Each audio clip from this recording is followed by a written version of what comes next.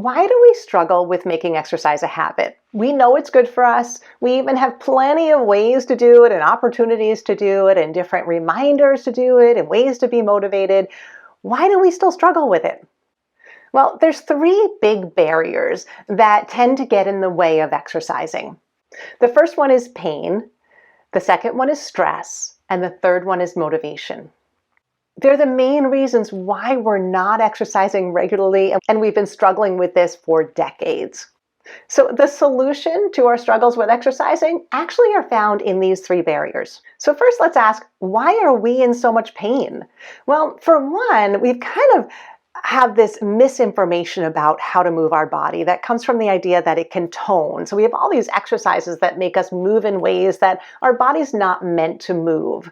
And the second one is we have this no pain, no gain 4-word slogan that was really meant for athletes. It was devised to tell athletes in a locker room, look, if you're going to win this game, you're going to have to push through pain. You and I, who want to be healthy, that saying is not meant for us. It was never meant to say, if you're going to gain anything from exercise, you have to be in pain. In fact, there is not one study that shows that muscle soreness or pain is beneficial in any way when you're exercising for health and well-being. Not one. And the third reason we're in pain is this idea about burning calories. We think that the more we do, the more calories we burn, because that's based on outdated research. We have better research that tells us that you can't burn endless amounts of calories. So more exercise is not necessarily better. Even if the treadmill is telling you you're burning tons of calories, it doesn't mean that's true. Why are we so stressed? Well, for one, we have a partial cure to stress. Stress is the physiologic state of trying to get somewhere else. Your brain is searching the past and the future and the present for real or potential threats. And so when it finds something that could potentially be a threat, your brain and your body go into this fight, flee, freeze. So your brain is searching past and future, not necessarily focused on what's here now, and your body is ready to move. When we do mindfulness or other brain-based ways or thought-based ways of clearing stress from our body, it doesn't really work because our body is ready to move. So we only have partial cures to stress, and then add to that moving is painful, or we think it has to be painful, and moving becomes very stressful too. The complete cure for stress is moving mindfully. So when we have a partial cure for stress, we're feeling stressed a lot of the time and we're stuck in this stressful state. The second reason we're so stressed when it comes to being healthy is we use this fixing a problem mindset, that we think of exercising or eating healthy or managing stress to prevent or treat disease. And that's a survive mindset, rather than us focusing on what's going to make us well and feel better now. And so this mindset keeps us constantly striving for something better, which when we define stress, it's trying to get somewhere else. So trying to be healthy can really keep us in a stress state when we think of it as making the future better rather than making now better. And lastly, we have an overwhelming amount of information, which is great. You can Google anything and find answers, which is great, but it's also a problem because we can have a lot of misinformation or just information that's not meant for us or right for us. So we've got to sort through a lot of information to find the right answers for us if we're looking for ways to be healthy or even just live life better. So why are we not motivated? We've got all this information, we know things are good for us, we know what to do. Why are we not motivated? Well, first of all, when it's painful or it drains energy, our brain is going to resist doing something that limits those resources. So when exercising is painful or energy draining or overwhelming, our brain is going to resist it. We're going to have a negative habit loop for exercising. And so that whole experience with exercising being overwhelming and stressful and painful has led us to be told that we need someone to make us do it. We need activity monitors, we need classes, we need trainers, we need fitness apps, we need all kinds of things to make us do what we know we should. This is external motivation, and motivation scientists know it won't last. And so all of this has led to lower self-efficacy. Self-efficacy is the belief that we can do something, and motivation scientists know that it leads to natural motivation and self-sustaining motivation. But all this pain, energy drain, complication with exercise, time-consuming exercise, and this over-reliance on needing someone to make you do it has lowered our self-efficacy, spiraling down our ability to be motivated. So we're kind of getting in our own way here. There's a solution, I'm going to tell you it. And so these three big barriers are actually connected, and they're really involving our whole person. That pain is limiting our body, and stress is limiting our brain, and low motivation is limiting the ability of us to connect this to what's most important to us, or tap into that spirit level motivation or that heart level motivation. So this is a whole person problem. It needs a whole person solution.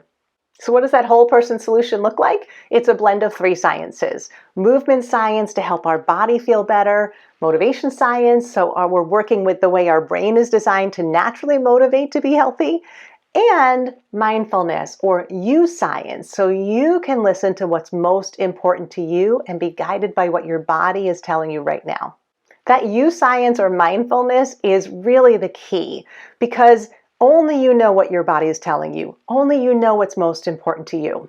And so mindfulness is that practice of keeping your attention in the present moment and being willing to listen and adjust to what your body is telling you now. Now, in that no pain, no gain, more is better mindset, you might think, well, how am I ever going to get stronger? Just notice what happens when you push through pain and you do more than your body's ready to do. It doesn't last. This mindful approach to exercise makes it last. Motivation science also tells us that when we tap into that internal motive that you can only tap into when you're mindful, so you can really know what's most important to you, you can really identify what's most important to you about exercising, what you really want from it. And then you can design your exercise program based on what you value most in life. And then you can start to build these skills for moving better and self-motivating and rebuild that self-efficacy that you can keep yourself motivated. You don't need someone to push you and tell you what to do. And lastly, movement science or exercise science tells us that our body needs a balance of three different types of movement. It needs movements that improve mobility or freedom of movement. It needs movements that improve strength or the ability to move against gravity. And it needs the ability to move for longer periods of time without getting tired or stamina. When you design exercise based on the balance of these three types of movement, your body feels and functions better from day one and each day going forward. Because doing mindful mobility moments restores a sense of calm and gets you out of that stress state.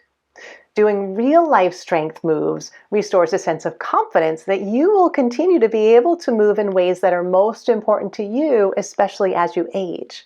And doing engaging stamina sessions, cardiovascular exercise where you're not distracting to get through it, but you're really enjoying that energizing, mindful ability to move for continuous periods of time, then it restores your energy and your ability to contribute to your own well-being. That overflows into other healthy habits as well. And so whole person exercise starts from the inside out. When exercise restores you mentally, physically, emotionally, and spiritually, all four of those, every time you move, whether it's for 5 minutes or 30 minutes, the way you're moving, the way you're thinking about moving, your motivation to move, all makes a difference to make that time of your day a way to restore your whole person from the inside out. That starts to seep into your job, into your relationships, into your finances, and into your environment. And so the bottom line is, when exercise makes your whole person feel better now, your health and your habits happen with much more ease.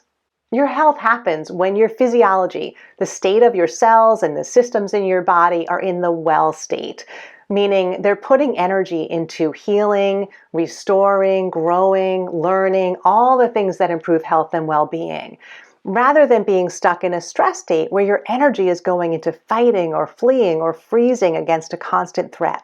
And your habits happen in this state too. We know from habit loop research that if you think about exercise and you exercise in a way that makes your body feel better now, your body is telling your brain this is something to repeat. It's worth repeating because it's contributing to your well-being, your thriving. If exercise is something you think about that's going to make you feel worse now, mentally, physically, emotionally, or spiritually, your body's telling your brain, hey, don't repeat that. That's not good for you. So by exercising in that way, considering your whole person, your body, brain, and spirit when you're exercising, you're setting up this positive habit loop, and your whole person feels better and is more likely to continue exercising and using it as a resource to be well now. And so the whole person solution to our problems with exercising is whole person exercise. Taking a step back from our usual approaches to exercising and looking at the big picture of what's the updated science of how we need to move and how much we need to move and in what ways we need to move. And also, what are we thinking when we're moving? And where is our attention and what's our intention when we're exercising? All of those matter because our whole person is contributing to our health and our well-being and our habits. Go to exercisingwell.com to learn more about this whole person approach to exercise to simplify being healthy and well.